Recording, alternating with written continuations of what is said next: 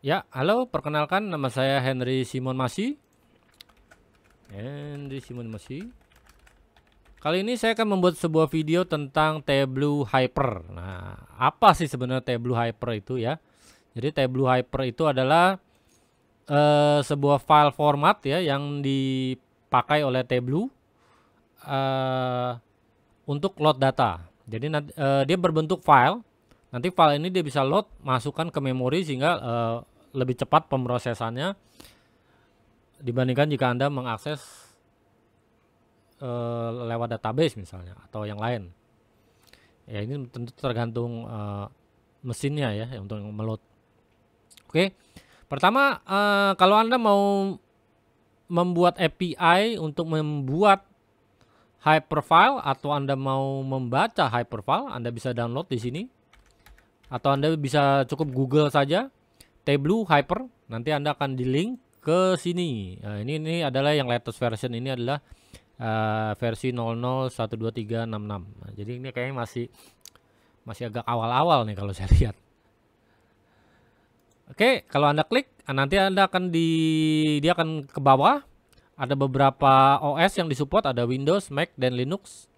Dan ada beberapa programming language juga yang disupport, ada Python, Java, .NET, C++.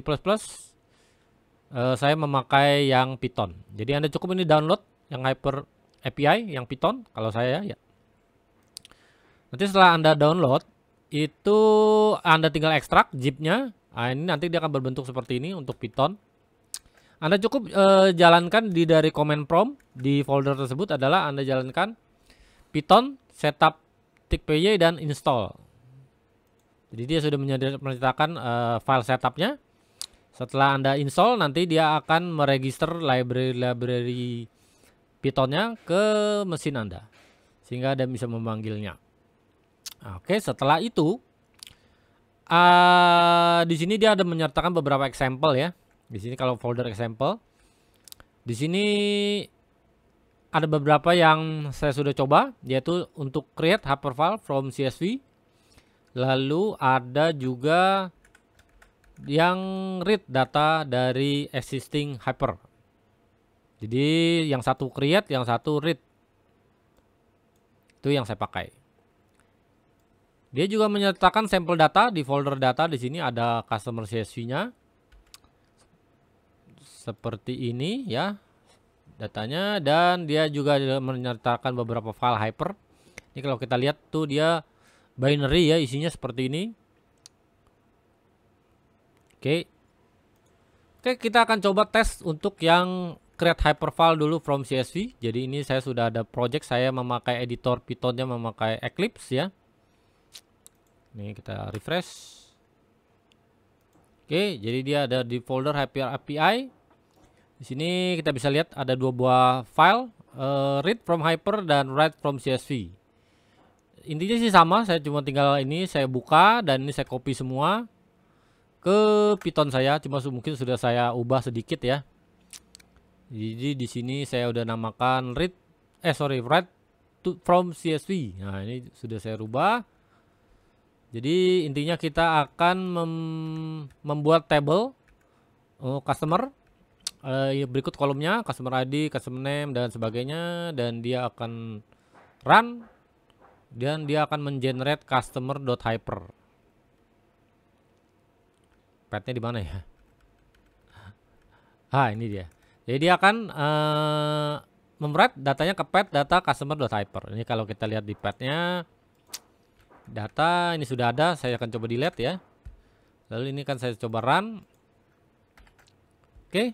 Ya, sudah selesai. Lalu kita coba lihat filenya. Nah, di sini sudah ada lagi customer.hyper yang tadi saya hapus. Ya, dia formatnya seperti binary seperti ini. Kita tidak bisa melihat ya. Tapi kurang lebih sih kelihatan sini ada skemanya public. Coba saya delete lagi. Saya coba run lagi. Oke. Ya, di sini ada customer.hyper. Kedua, setelah kita write, kita akan coba read ya. Dari hyper tersebut. Ini juga read juga dia ada fungsinya di sampelnya. Di example dia ada read and print data from existing hyper. Ini juga saya copy juga.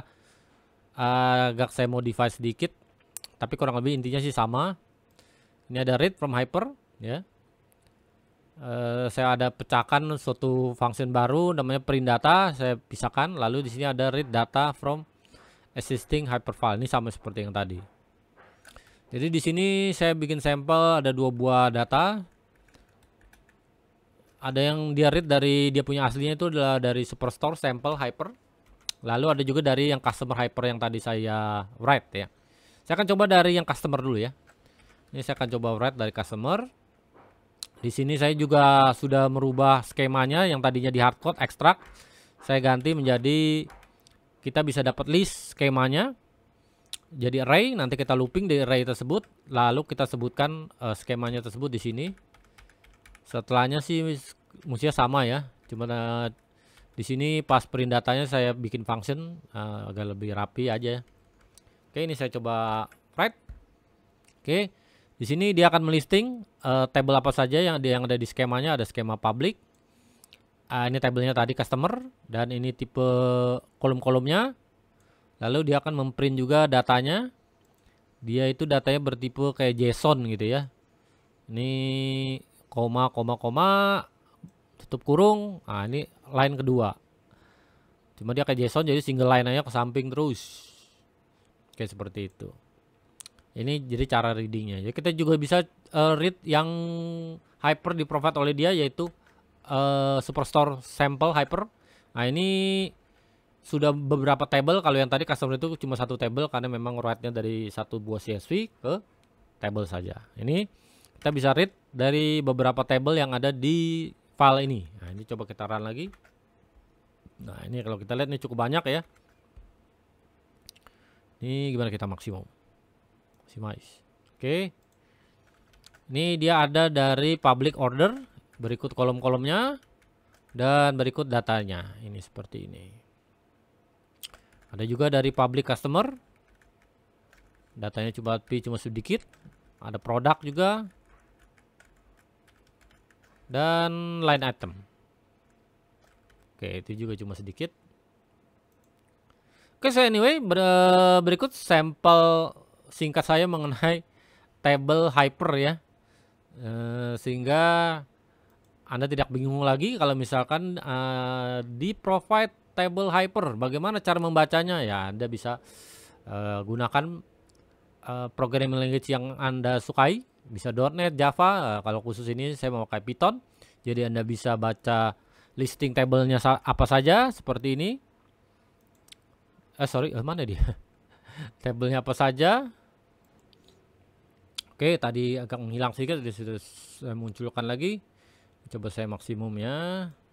Ya, seperti ini. Jadi Anda sudah tidak bingung lagi kalau menerima file hyper. Anda bisa listing tabelnya dan kolom-kolomnya, dan Anda juga bisa reading datanya.